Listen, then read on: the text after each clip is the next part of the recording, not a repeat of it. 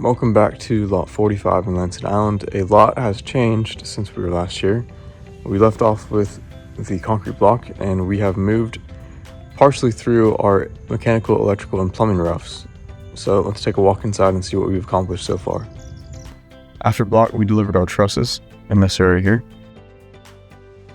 and our lumber, which we set up in the garage, so that we can build our load-bearing walls on the inside of the house and fly the trusses.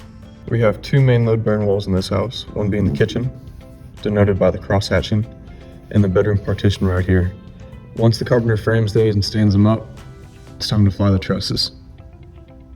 A mobile crane will typically set up in the center of the lot so that it has enough reach to get all the way to the back corner of the house. I don't have a good video of flying the trusses on this house, so I'll insert a clip of an old house, but one of the difficulties we had here was lining up the peak for the cathedral ceiling, which is a unique feature. Setting the trusses can take the carpenter the better part of the day on a larger house, but once he's complete, he'll begin sheathing the roof with 5/8 CDX plywood, which we can see here beyond the trusses. Depending on the size of the screw, this can take him anywhere from 3 days to a week or more. When the carpenter is finished sheathing the roof, he'll move on to the 2x6 subfascia and the 2x4 blocking at 24 inches on center. Afterwards, the roofer will come in, he'll install the underlayment. In this case, we're using polyglass membrane and the drip edge.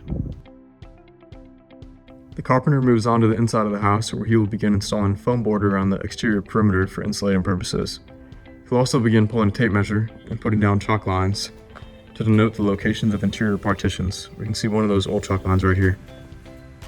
Once the interior partitions are up, he moves on to the finer details like installing your pocket door cages, locking for structural support, backing, which helps the cabinet contractor with their installation, facing our tray ceilings with plywood, and stripping them with 1x3s to prevent movement, which may lead to drywall cracks in the future.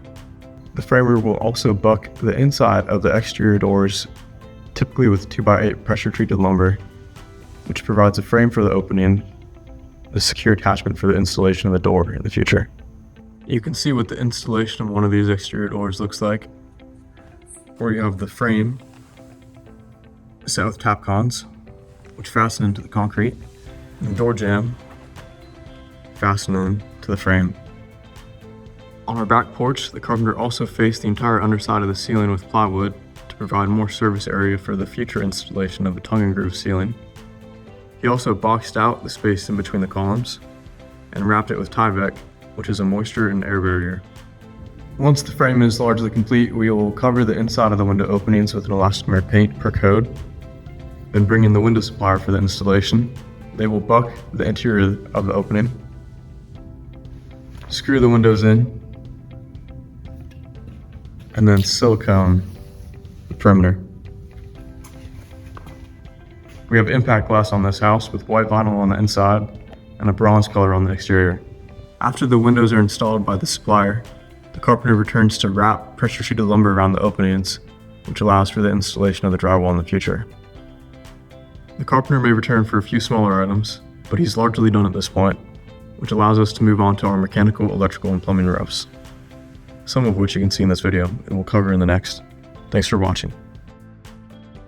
DiPrima Homes, building luxury since 1961.